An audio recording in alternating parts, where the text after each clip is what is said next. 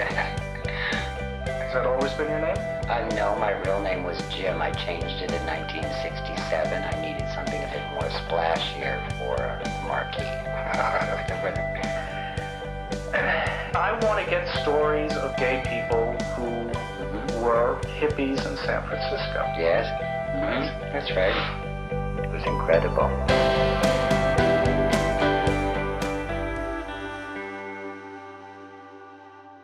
I'd like to reprise a little song I did in the Cockettes. In the show, I came out of a giant 7-petal boy lotus with a big, big minaret. And here it is. Take my hand, I'm a stranger in paradise, all lost in a wonderland, a stranger in paradise.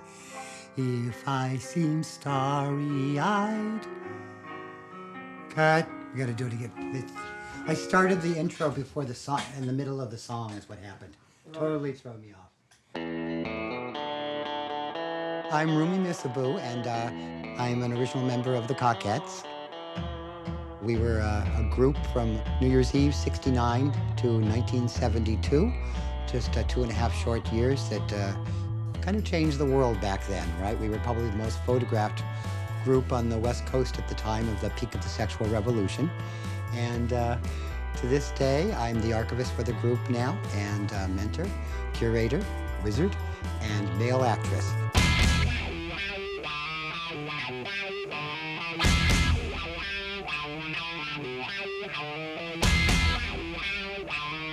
I don't necessarily think of Rumi Missabu as a drag queen. As a matter of fact, I don't think of Rumi Missabu as a drag queen or a drag performer. He's more of an identity curator.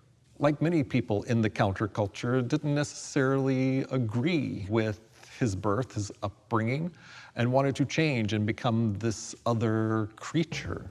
And so therefore he becomes Rumi Missabu, a mishmash, a combination of names and influences, another identity, another person to put into the world, another thing to create. I guess he pushes himself to do things that he's kind of uncomfortable with. He's more like a storyteller than a musician, which is what we always talk about. So like the songs that we choose, they kind of like tell a story.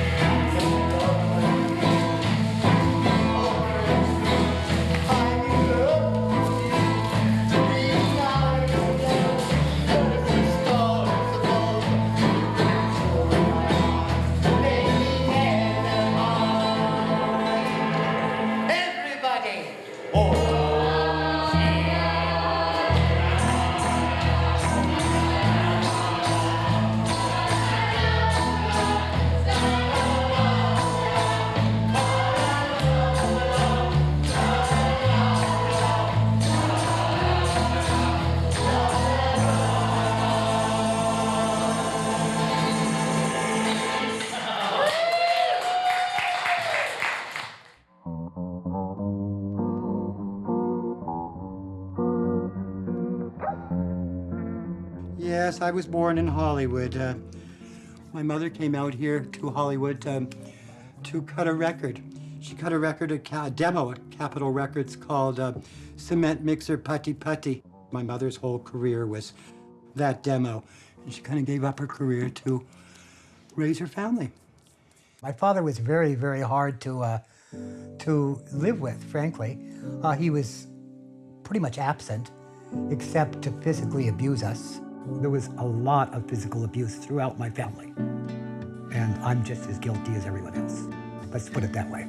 There was a lot of physical abuse and mental abuse, and I made sure that I didn't bring that into my adulthood, because I've learned from being a kid. of everyone in the whole family beating the shit out of everyone else. That's how people express themselves. Right? So there's that.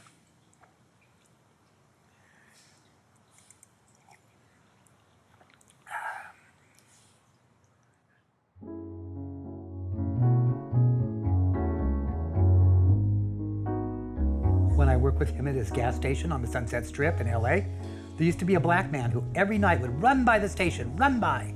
One night I asked Dad, I said, Dad, why? You ever see that black guy who runs by the station? Yeah, I seen him, son. I said, why is he always running by? He says, he's afraid of being shot, son. That was his attitude. He was really scary.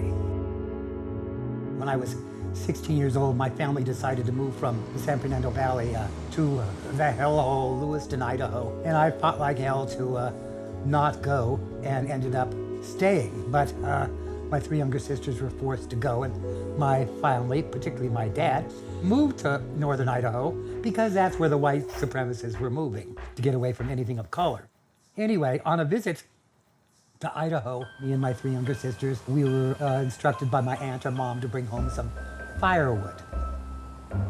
So we had an axe. As kids do, we were making fun of my middle sister because she had totally lost it after moving to Idaho. She had been this gorgeous feline figure, Sears Roebuck catalog model in Los Angeles, and all of a sudden she moved to Idaho and became filthy and unkept and gained all this weight. We would call her rolls of fat, and we would say, hey, rolls of fat, rolls of fat, hey, rolls of fat, rolls of fat, and taunt her. Well, this time we were just playing as kids do and having a grand old time. And the middle sister, Mary, said, hey, look at me. And we just ignored her. We didn't want anything to do with her.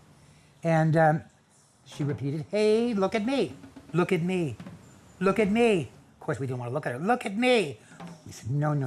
What's to look at? Bunch of rolls of fat? No, we don't want to look at it. Look at me, look at me, look at me, goddammit.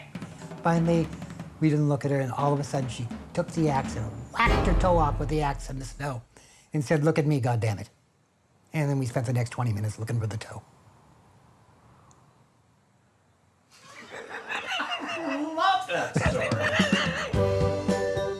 I had been living with Cindy Williams in a cottage in the foot of the Hollywood Hills, and she was still struggling at the time to become an actress. She didn't have any credits. She was supporting herself and me by working at the International House of Pancakes.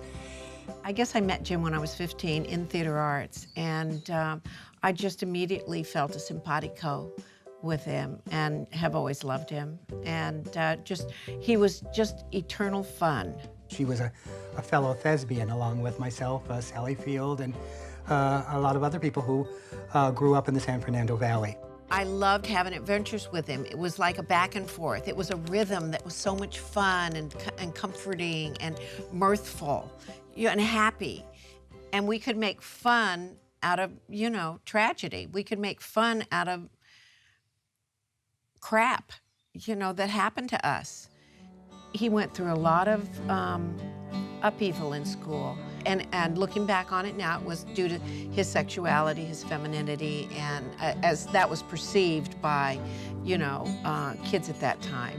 My theater arts teacher and dean in college both had trouble casting me because I was effeminate. The high school teacher said I could only play fops or dandies. Neither word I knew what it meant at the time and had to go home and look it up. But I still didn't understand that, Jim was gay. I didn't know what gay was. I knew he was different, fun different to me. One day I saw a film playing in the paper on Hollywood Boulevard nearby called She Freak. I thought, that sounds good. That sounds right up my alley.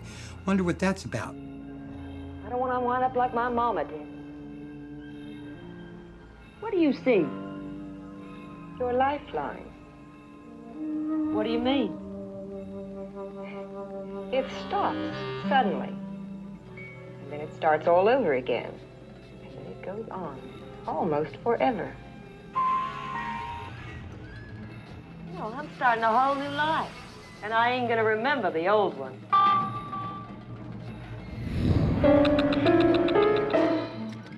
Well, I see this film on LSD, and I go back to the the apartment I was sharing with Cindy Williams, I had what you call like a nervous breakdown, crying all night, fully clothed in a bathtub. This is because I'm somewhere where I'm not supposed to be. I'm not living to my potential. Something's wrong here in my environment. So I left her that note, exactly saying no more and no less than that. Cindy, I can't take this anymore. And I got on a Greyhound bus and went to San Francisco.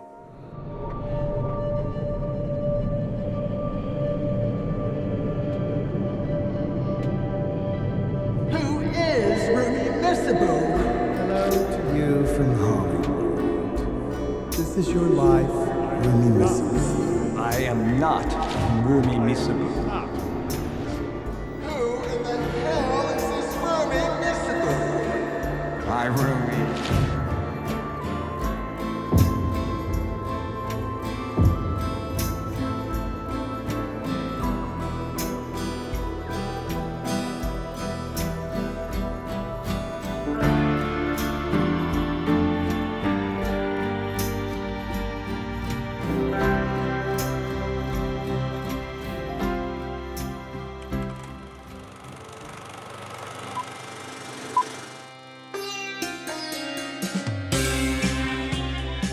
When I first came up here and joined the hippies and fled Hollywood, I immersed myself in the whole spiritual revival that was going on at the time. I began studying the teachings of the Persian poet and mystic Rumi. I feel I took what I needed and made myself complete. And that was what it was like with the hippies. You could live to the further extents of your imagination. It was a wonderful life, but we thought that that's how it was going to be forever. Little did we know that it would be over in a couple of years. Then I joined the Gay Liberation in Berkeley. This is all pre-Cockette. This is 69. We're talking 68, 69. These gay lib meetings were very, very sad and dramatic because it was all gays coming to grips with their sexuality, coming out to their parents, and problems I never had to deal with. I would try to bring a source of entertainment just to lighten these people up. They really loved that. So that was like my first guerrilla-type street theater before the Cockettes that I started doing. Rumi and I were lovers briefly, although it still is going on. You know, it never really stops when it's real. And he used to send me poems by the Sufi poet Rumi, and sign it Rumi, not, you know.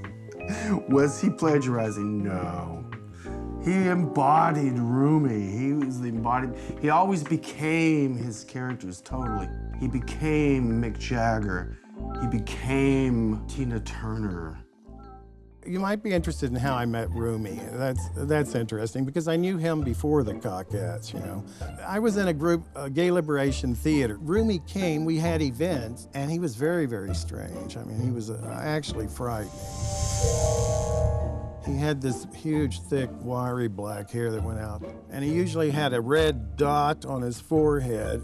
And I was young, and I had just come from Texas with cowboys, and, you know, to me, I was scared to death of him. And then we met Hibiscus. Hibiscus was so magnetic and charismatic. Come and be in my show, let's put on a show, let's do it. He had the wherewithal to do it. That's the Cockette story, right there. Well, I realize not everybody's going to know who the Cockettes were, but for somebody like me, they were, you know, ground floor significant. And they were an off-Broadway theater group that started in San Francisco, performing after the midnight movies. The Cockettes could not exist in the world of established performers because ultimately the Cockettes are sexual outlaws. Ostensibly a group of freaking fags, drag queens, tinsel fairies. Early shows were slapdash affairs, amateurish to an embarrassing degree, unstructured and unrehearsed. A bunch of acid queens freaking freely. It was a time where there was a lot of conversation around gender fluidity, and they were the first bringers of that. Transsexual dressing is a gay contribution to the realization that we're not 100% masculine or feminine. The Cockettes brought out into the street what was in the closet in terms of theatric dress and imaginative theater. And we were taking the mickey out of everybody. I mean, on racial, sexual, every stereotype going, you know, we made fun of on stage. It wasn't any planned political move or anything. It was just spontaneous. And Good, you just gave me a good idea for my new drag name, Pam. Racial tension. It used to be superficial. Now call me Rachel. Rachel Racial tension. We played to a 1,500-seat theater every weekend at the Palace Theater at Columbus and Pal. And everyone came dressed up. It was so easy to be a Cockette. We were originally a commune of 13, including 10 gay men, 3 women, and an infant. And that's how we started out. But it was so easy. There was no fourth wall between us and the audience. The audience was as stoned as we were and as freaked out and as dressed up as we were. So they could just jump on the stage and become a Cockette forevermore. people gravitated towards Hibiscus and the Cockettes. It's like a snowball going downhill. It was a tribe. It was a tribe, right. And we were at the Palace Theater every day at 10 o'clock, drinking coffee, smoking cigarettes, smoking joints, and on the stage sewing costumes and building sets. Driven, you know. So by proxy, I became the power of attorney for Reemergence, the dead Cockette. And I had his will in front of me, and I did my best to honor the will. But I couldn't find the body. Where's the body? And what was missing was, I found his prosthetic leg, but what was missing was the body, the wallet, and there was one other, his teeth. His teeth, I couldn't find his teeth. So finally, someone told me to call Green Street Mortuary in North Beach. And I called them, I said, pardon me, do you have a Reemergence at Green Street Mortuary? They said, we did. We had him about 2 weeks ago, and he's gone. I said, I know he's gone. We cremated him. I said, that's funny. He specifically said in his will he didn't want to be cremated. I said, well, where is he now? Where's his remains? Where's the ashes? So she gave me a number and she said, just ask very quietly for Gloria. The cemetery. So I called the number. I said, hello, Gloria. Hello, Gloria. She said, I said, may I speak to Gloria? She said, this is Gloria. I said, Gloria, I'm the power of attorney for this dead Cockette. I'm trying to find the fucking body. You know what she says? Why, do you want him? I said, no, I just want to know where he ended up.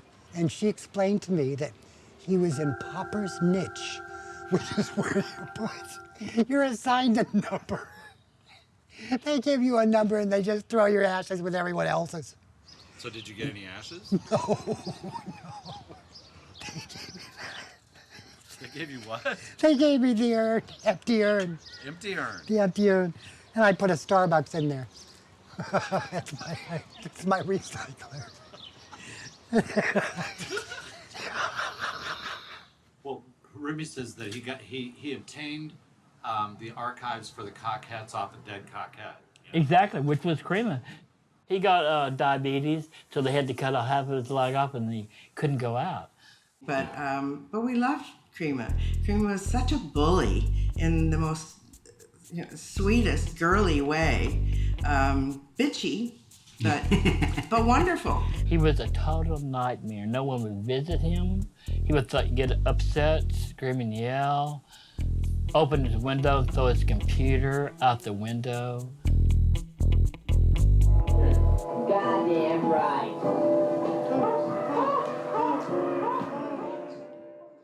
Sex is between the legs, but gender is between the ears. Now, the Cockettes confuse this formula a little bit more.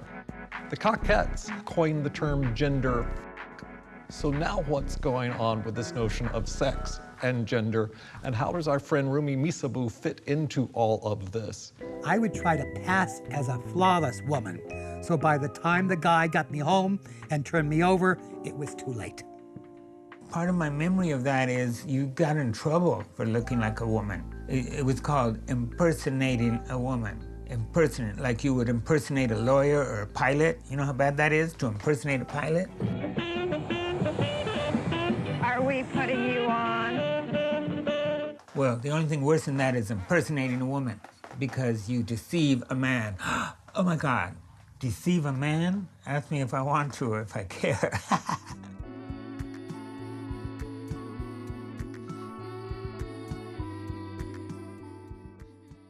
So you often call this counterculture. Yes. Tell me a little bit about that. They call it counterculture. Who's they? The press. They've made up this word counterculture that I've never really, that lifestyle was our reality. We thought that that's how it was going to be forever. We really did. But by mid-1972, July 72, the whole thing came to a grounding halt, and people realized they had to make a living. And they did. They did, one way or the other. We had to scramble and figure out what we were going to do. It was over. By 1972, it was over.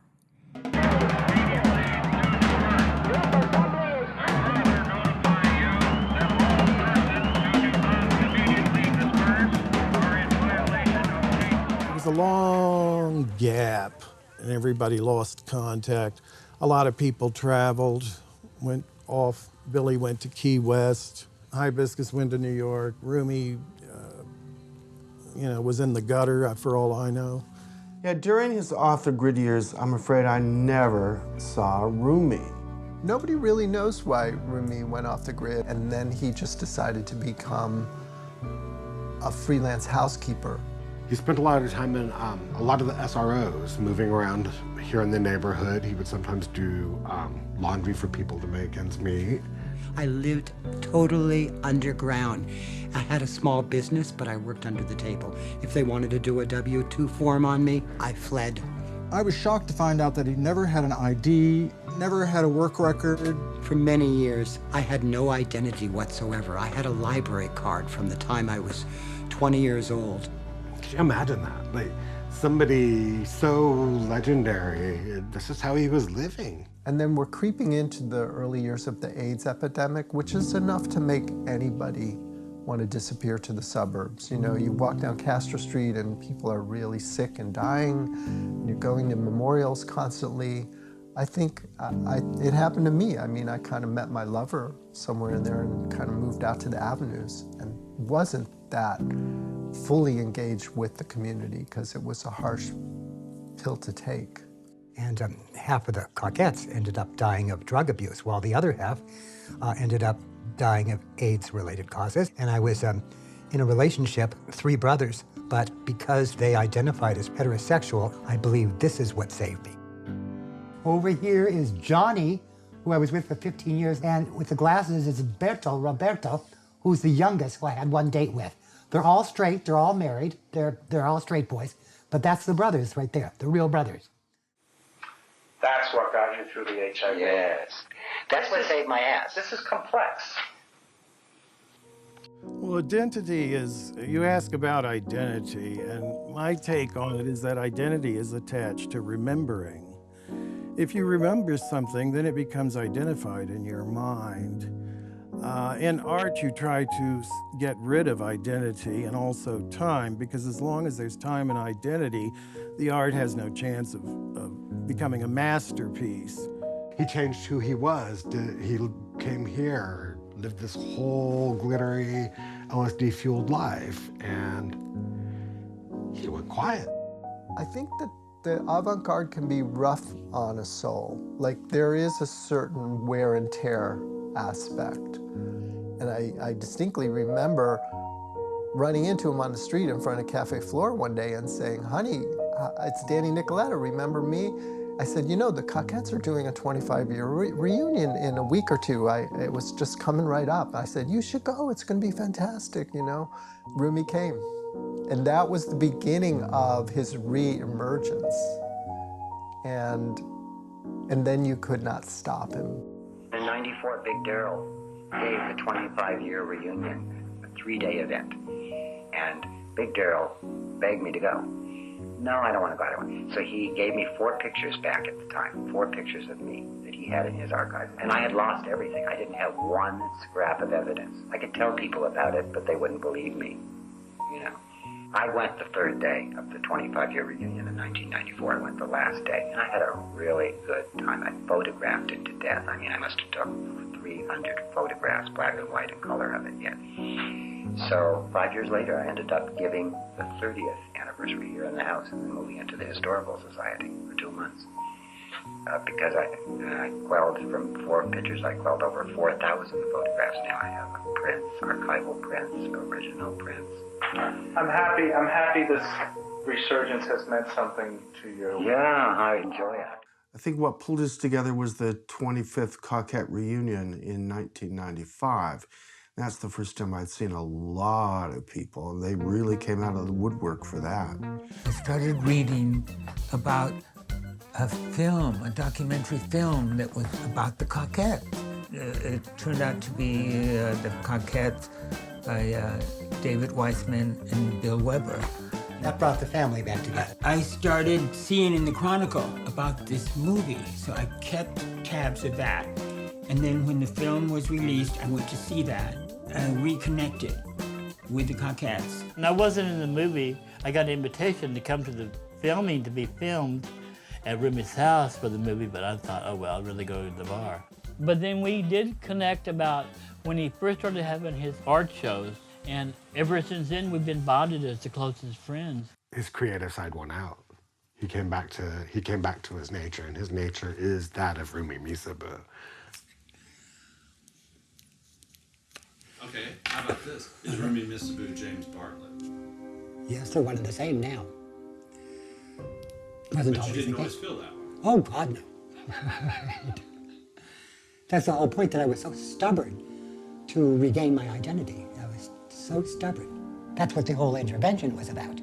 And we said, somehow we got to find your birth certificate, and we convinced him that he had to try for supplemental income, which I knew he would get instantly because he was just so off the grid. That's enough to make people wonder, well, you know, what rock did you crawl out from under?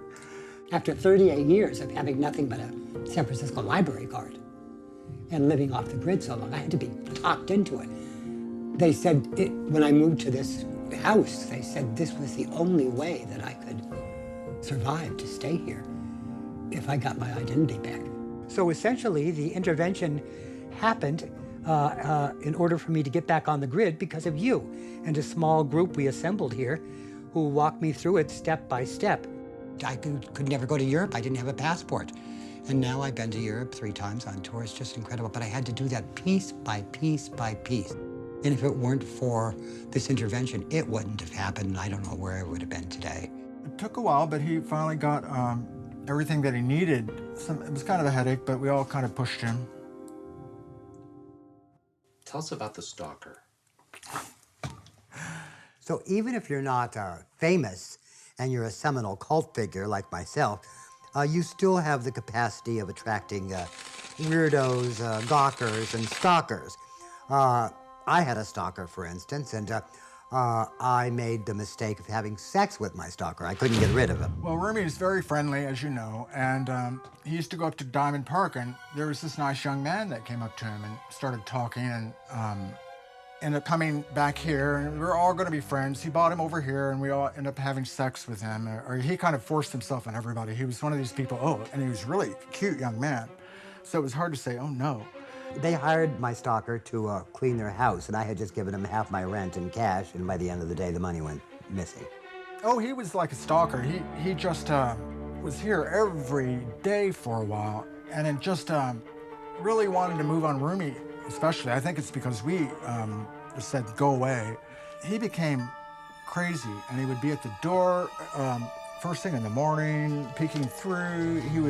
He came here on Halloween, and he wouldn't go away one night. A year and a half later, the stalker shows up, and we happen to be filming right here in these rooms. Knock, knock, knock, there's a knock on the door. There's about 8 to 10 people in here, and Donna Persona happened to answer the door, and she was the only one that had never prior seen the stalker, had never before seen the stalker. Everyone else in this room knew who he was or had them themselves. So Donna let them in. I do a lot of that. And he made a big scene, big angry scene because he was like a schizophrenic, I think. Just so you know, don't have sex with your stalker. It'll end in flames. Rumi will tell you everything about himself, except, personal things like, how many times he's been in the hospital and things like that. I found out, he was in the hospital and I told everybody and he was not happy. What's going on? I'm dying. I'm dying, Blanche. All right. What do you mean, what's going on? Hello. Hi, Mr. Bartlett. Yes. I'm in to give you your breathing treatment. Oh, okay. They're just winding up here. They're making a movie of my life. Okay, But that's good. they're done. When I was on tour in New York in 2008, after my events were over, I became absolutely listless. I didn't know what was wrong with me. Is that the word, listless? Listless. My energy level just sunk. I had to fly back on a plane to my home in the East Bay, and I could barely get on the plane. I had to call for a wheelchair. And in the hospital, in the ER, I was diagnosed with pneumonia. And while I was in the hospital, I was diagnosed again with emphysema and was told to give up smoking. And sadly, I've tried my best to give up smoking. I've been smoking since I was 14 years old. I know it's not good to smoke, but it's calmed my nerves. And also, I'm a big pothead. I don't know if I use it as a crutch to say it's good for me creatively. The one thing I've succeeded in doing is I don't smoke in my sleep. I'm very, very good about that. And I've never had a fire. It was, constant. And it was like Betty Davis, it really. And with the hair and the cigarette and the laugh. Yeah, he smoked like a chimney. Like I said, Rumi once told me I don't trust anybody that doesn't smoke anything. So he has the singing voice of someone who has smoked a lot in his life. I think it's beautiful.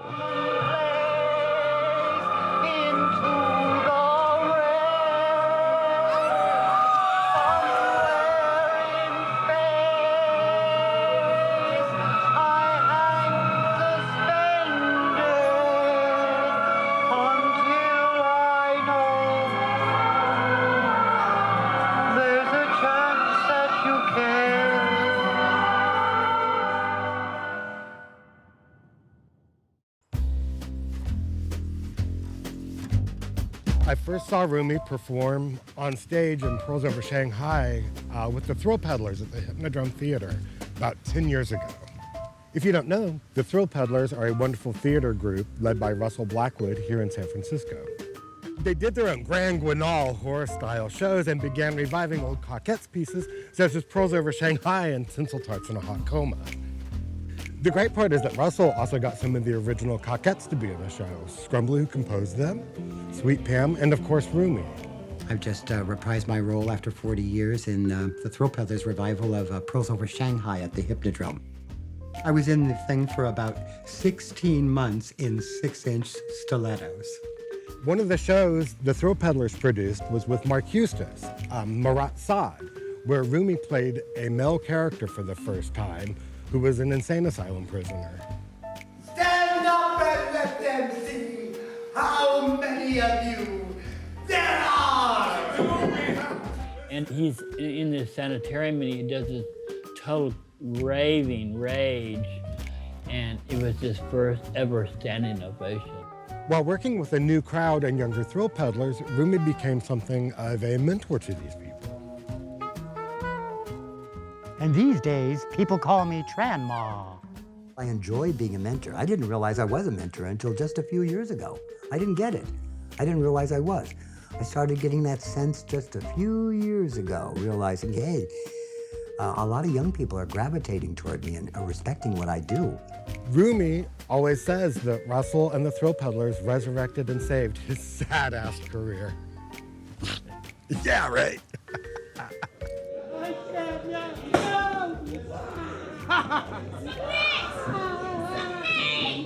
That's Thrill Peddlers. That's what Thrill Peddlers is. Wow. lately, over the last 3 or 4 years, he's been doing these serious shows in New York City because he doesn't think the people here appreciate him. Well, how can they appreciate him when he hides in Oakland and Brooklyn? I've been bouncing about from project to project for the last 10, 15 years, but I'm in a position now where I don't have to audition, and I began directing. So that's new to me, to have that responsibility. People ask me why I don't want to do such a thing here.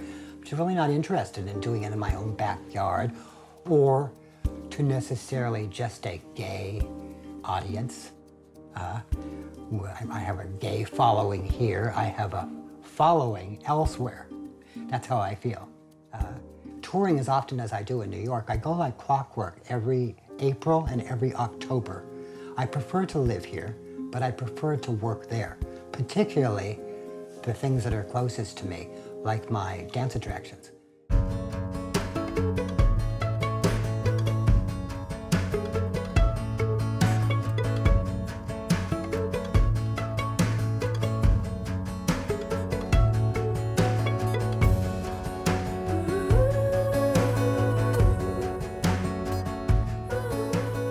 I'm trying to keep in the spirit of the Cockettes, that we come together as a tribe, and a different tribe, every month, every time, and do the event just once. I'm not into making a run of it. I'm not into making money. This is a total labor of love. You know, New York is the entertainment capital of the world. I love the energy here. You don't have that at all in San Francisco. It's just kick back, oh, whatever, tomorrow, girl. I'm convinced that this is the only city you can get run over by a pedestrian. You really can, because even the bums are in a hurry. Just like my tours, every time I try, I start off, can't get a gig in this city. By the time I put the tour together, before I get here, I've got multiple gigs. I'm going on audition every day. People are drawn to him because of his superlative understanding of theater, and then his daring to just flush it right down the toilet. A lot of it's historical and timeless stories, and then it also embraces everyone from his past at the same time. It's just, I don't know, there's something mystical happening and magical happening when these shows take place. Rumi, when he comes to New York, is an auteur. He is this creator, he is this producer. He invites all sorts of people to collaborate with him in the shows. Not only his dance attractions, but he usually does a couple of variety shows, kind of typical vaudeville, but in the style of the Cockettes, or people who he sees in that tradition. So he's continuing the tradition through the work that he does here in New York with younger artists. Rumi understands performance, understands theater, understands what can be created and continued down to future generations. Do you like the dance performances? No. I like mostly Berkeley and Showgirls. Rumi's artwork is boring. Well, because I'm just some boy from Texas. I didn't have any education. And it's about, you know, Shakespeare and all the monks and all this, whatever. I don't understand it. And I don't think the audience does either, actually.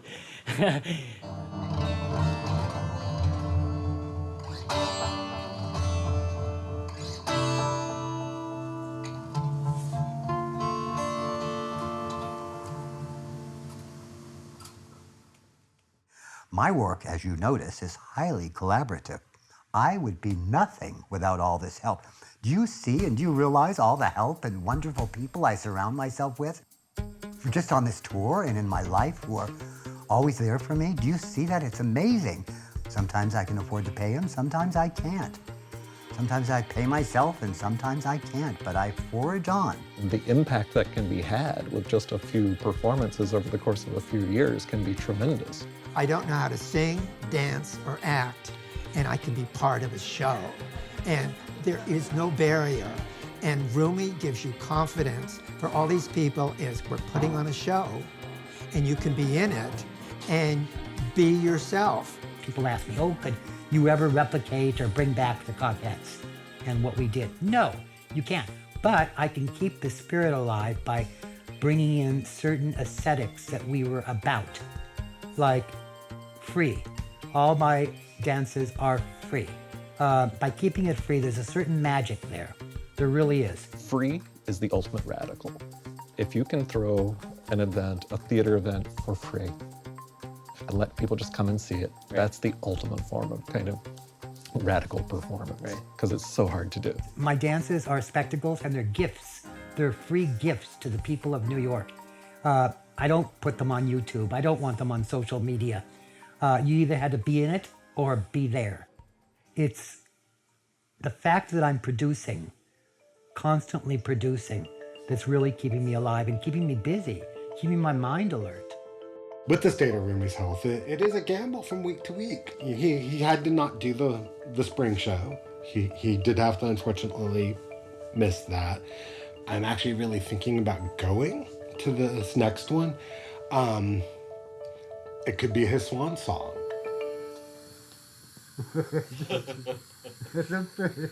They sent a cream bamboo to his table. Oh, I'm sorry. That's okay. I'm going to take a quick listen. Sure, I'm sorry. In August of this year, I did what was called CPT scan or something like that. And it determined a mass that lit up in my lower right lung, and just assumed it was 2 pounds of glitter from being in Pearls Over Shanghai for 2.5 years and inhaling glitter. And it turned out it lit up, and that meant it was cancerous.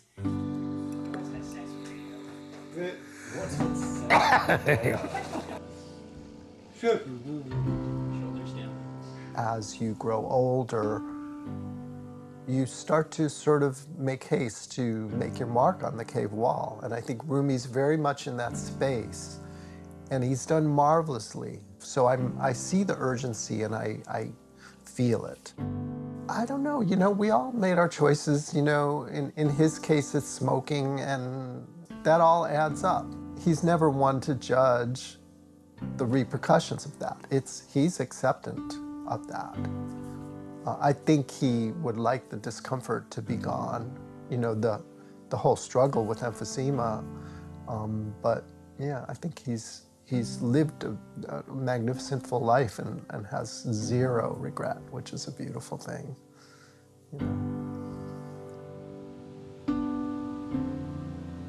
I have dreams at night that I'm completely healed. I've had a reoccurring dream in the last couple of weeks that I'm completely healed, but it's a dream. It's not real.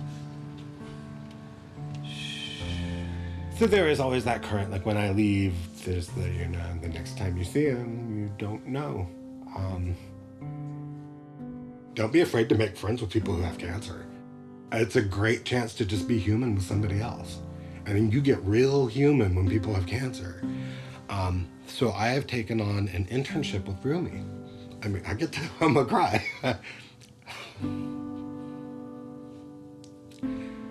I get to sit for 8 hours once a month with somebody who was this magical, mythical creature in the background of my childhood, who paved the way for me to be who I am today.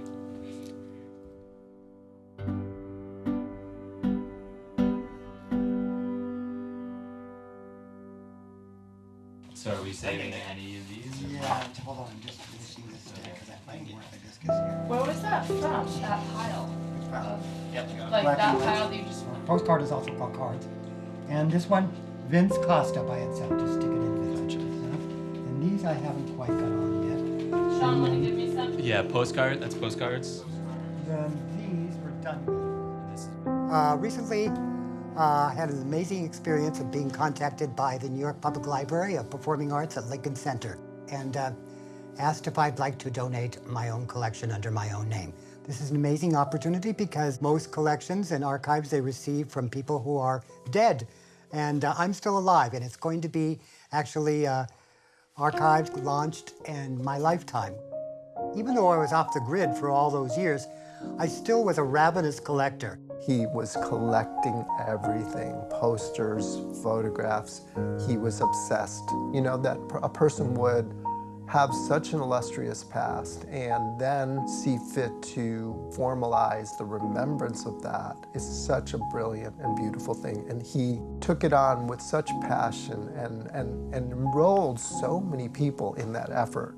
It's been an amazing experience having these interns with me up until they came along. Things were just piling up in my hall in dusty old boxes, and we have unearthed things and artifacts, memorabilia, and ephemera that I haven't seen in 8 or 9 years. I'd almost given up to find on my own. You know, every time we hang out, you know, I'm filled with joy to be with my friend, but there is this reminder of like, we're packing my stuff up because I'm dying. You know, when you walk in and you see his Billy Bowers piece is gone. I mean, there's a box with a letter, and I have instructions. If I don't wake up, this is what you gotta do with that. What should we call this?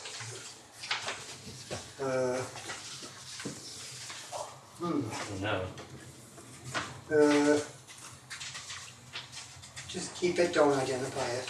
Really impressed with Rumi's photographic penis memory.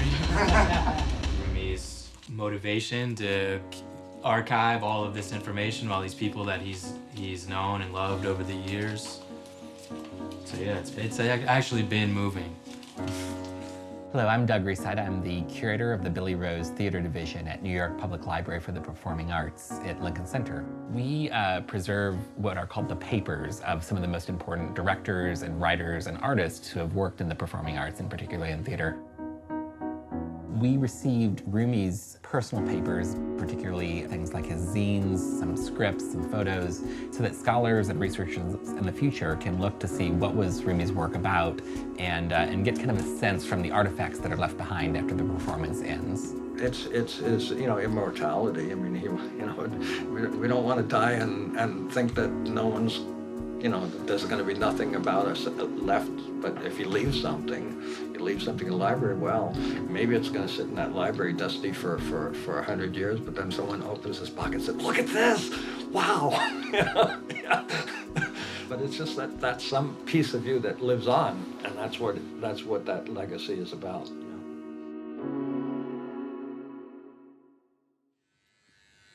Relax, there you go.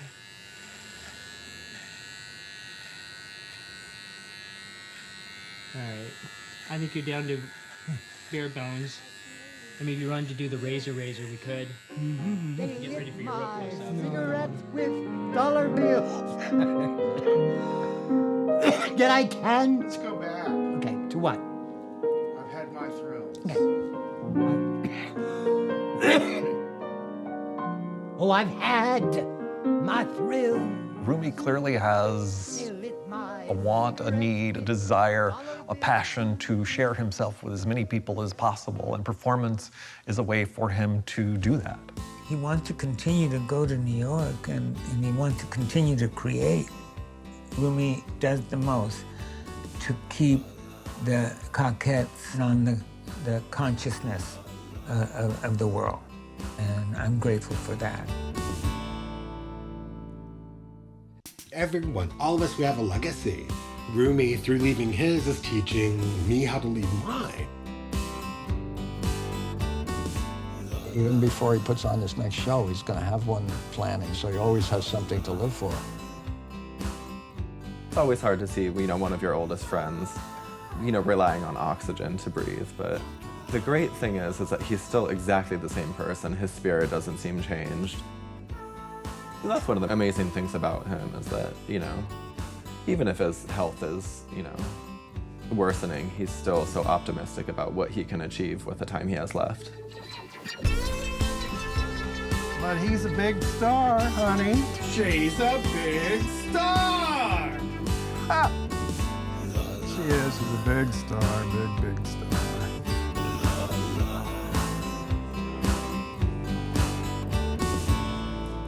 Please welcome the beautiful, the talented, the timeless Rumi Missabu.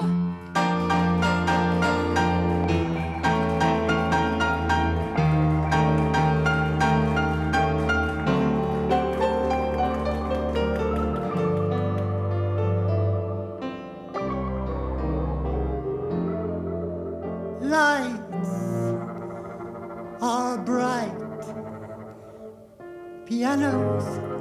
making music all the night. And they pour champagne just like it was rain. It's a sight to see, but I wonder what became of me. Crowds go by, they're merry, making music in their eyes, and their laughter's fine. But I wonder what became of mine. Life's sweet as honey, it's kind of funny. I get a feeling that I can't analyze. It's like, well, maybe, just like a baby sees a bubble burst before his eyes. Oh, I've had my thrills. They lit my cigarettes with dollar bills. Yet I can't be gay for a long life's way. Something went astray, and I can't explain. It's the same champagne, it's a sight to see, but I wonder what became of me.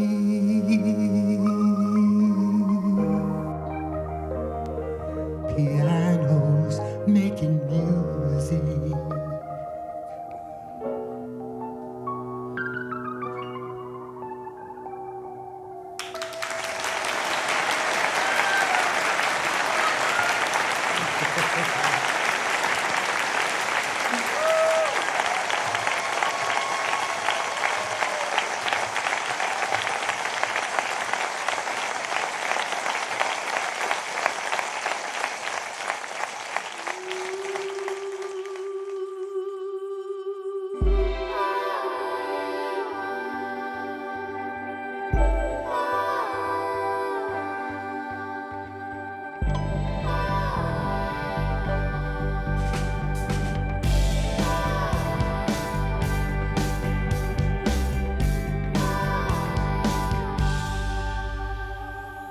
Here I am, back in the hospital again. Bored stiff. Reminds me of when I lived in the Catskills, and the two big events of the day was you get up and wash your hair and go down the road and see the new cow.